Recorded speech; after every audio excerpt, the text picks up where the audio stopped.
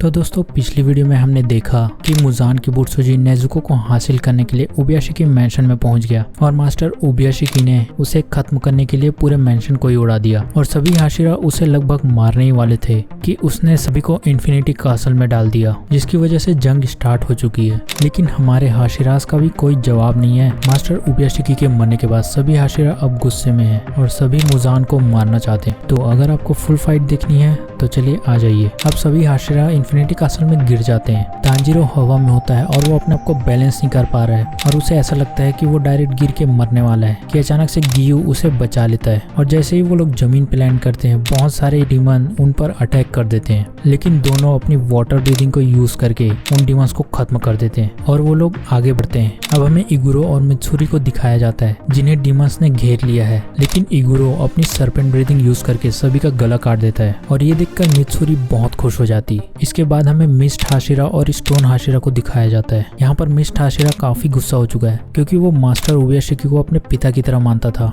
और मुजान ने उसे मार डाला। और यहाँ पर स्टोन हाशिरा भी काफी ज्यादा गुस्से में है जो उसके चेहरे से दिखाई दे रहा है। नेक्स्ट हमें विंड हाशिरा दिखाया जाता है जो जमीन पर चुपचाप बैठा है और अभी तक इसी सोच में पड़ा है कि मास्टर मर चुके हैं और मैं उन्हें बचा नहीं पाया। तभी अचानक से बहुत सारे डीमंस उस पर अटैक करते हैं, लेकिन वो एक हाथ से ही सभी डीमंस को मार डालता है और विंड हाशिरा एक क्रीपी सी स्माइल करता है जिसे देख के लग रहा है कि वो बीस्ट मोड में आ चुका है। इनके अलावा इनोस्के, गेन्या और जेनेसु तीनों को दिखाया जाता है जो सभी डीमंस को मारते हुए आगे बढ़ रहे हैं। इसके बाद इंसेक्ट हाशिरा को दिखाया जाता है जो एक कॉरिडोर से जा रही होती है कि उसे ब्लड की स्मेल आती है और वो जैसे ही रूम के अंदर घुसती है तो वहाँ पर एक डीमन बैठकर सभी लाशों को खा रहा होता है और ये डीमन और कोई नहीं बल्कि डोमा है जिसके चेहरे पर हमेशा एक क्रीपी स्माइल होती है और ये अपर रैंक डीमंस में सेकंड नंबर पे आता है और ये काफी ज्यादा पावरफुल भी है और उसे पता चल जाता है कि इंसेक्ट हाशिरा यहाँ आ चुकी है तो वो उसे वेलकम करता है। अब हमें इंसेक्ट हाशिरा के पास्ट को दिखाया जाता है जहाँ हमें पता चलता है कि उसकी बड़ी बहन को किसी डीमन ने मार दिया था और वो उस डीमन का नाम बताने से पहले ही मर चुकी थी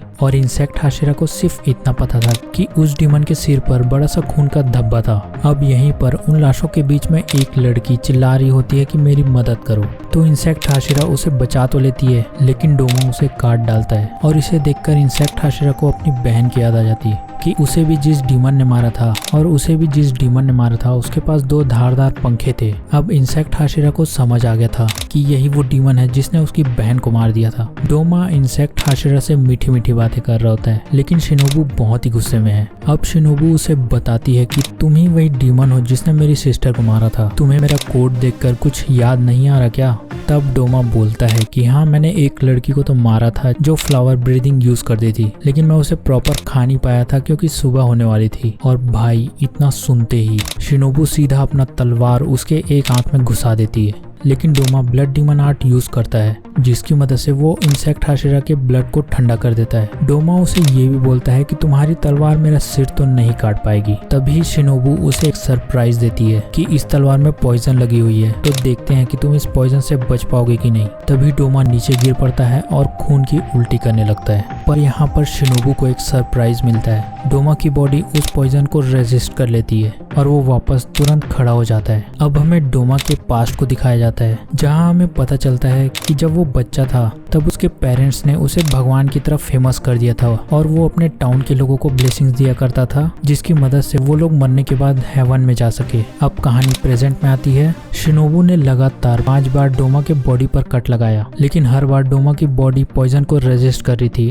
डोमा शिनोबू को पूछता है कि क्या तुम्हें सांस लेने में तकलीफ हो रही है, और सच में शिनोबू के पसीने छूट रहे थे। तो डोमा बताता है ऐसा इसलिए हो रहा है क्योंकि तुम्हारे लंग्स मर रहे हैं। जब मैंने अपना ब्लड डीमन आर्ट यूज किया था जिसके कारण सांस लेना भी तुम्हारे लिए डेंजरस हो चुका है। जिसे सुनकर शिनोबू समझ जाती है कि उसके पास मौका बहुत ही कम है और शिनोबू प्लान बनाती है कि वो अलग अलग जगह पर अटैक करके उसके बॉडी पर बहुत सारे पॉइजन एक साथ इंजेक्ट करेगी और वो ऐसा कर भी लेती है, लेकिन डोमा को कुछ नहीं होता बल्कि डोमा अपने पंखों से उसे काट देता है जिसके कारण वो गिर जाती है और उसे बहुत ही गहरी चोट लगी है और वो हार मानने होने ही वाली होती है कि तभी उसकी बड़ी बहन की यादें उसके सामने आ जाती है, जो उसका हौसला बढ़ाती है कि तुम इसे हरा सकती हो, कोशिश तो करो। और शिनोबू अपने पैरों पर खड़ी हो जाती है और इस बात को देखकर डोमा भी थोड़ा सा चौंक जाता है कि इतने गहरे कट के बाद भी ये कैसे खड़ी हो गई। अब शिनोबू अपना लास्ट अटैक यूज करती है और वो हर डायरेक्शन में स्पीड से घूमते हुए अटैक करती है, जिसके कारण डोमा प्रेडिक्ट नहीं कर पा रहा था कि वो कहाँ अटैक करेगी। और शिनोबू सीधा अपनी तलवार को डोमा के गले से आर पार कर देती है और तलवार के फोर्स के कारण वो छत की दीवार पर जा टकराता है, लेकिन डोमा को कुछ नहीं होता, उस पर पॉइजन का कोई इफेक्ट नहीं होता। अब डोमा अपने ब्लड डीमन आर्ट को यूज करके शिनोबू को अपने बाहों में भर लेता है और रोने लगता है कि इतनी कमजोर लड़की होते हुए भी तुमने बहुत ही अच्छा काम किया, मैं तुमसे इम्प्रेस हुआ। और डोमा शिनोबू को उसके आखिरी शब्द पूछता है तो शिनोबू गुस्से में बोलती गो टू हेल। अब डोमा शिनोबू को एब्जॉर्ब करने लगता है कि तभी अचानक से कनाव वहां पहुंच जाती है और वो देखती है कि उसके मास्टर को डीमन एब्जॉर्ब कर रहे हैं, तो वो तुरंत फ्लावर ब्रीदिंग यूज करती है उसे मारने के लिए, लेकिन डोमा उस जगह से गायब होकर तुरंत नीचे पहुंच जाता है। डोमा हंसते हुए बोलता है कि जब मैं किसी को एब्जॉर्ब कर रहा हूँ तो बीच में हमला नहीं करना चाहिए। और भाई ये देखकर कनाव की फट जाती है कि उसके सामने ही किसी डीमन ने उसके मास्टर को एब्जॉर्ब कर लिया। इसके बाद हमें जेनित्सु को दिखाया जाता है जो एक डीमन से फाइट करने वाला है और यहाँ पर वो काफी ज्यादा सीरियस दिखाई दे रहा है। नेक्स्ट वीडियो में मैं जेनित्सु की फाइट लेकर आऊंगा। इस वीडियो के लिए बस इतना ही। तो अगर आपको वीडियो अच्छी लगी तो वीडियो को लाइक करें, चैनल को सब्सक्राइब करें। Thank you for watching this video.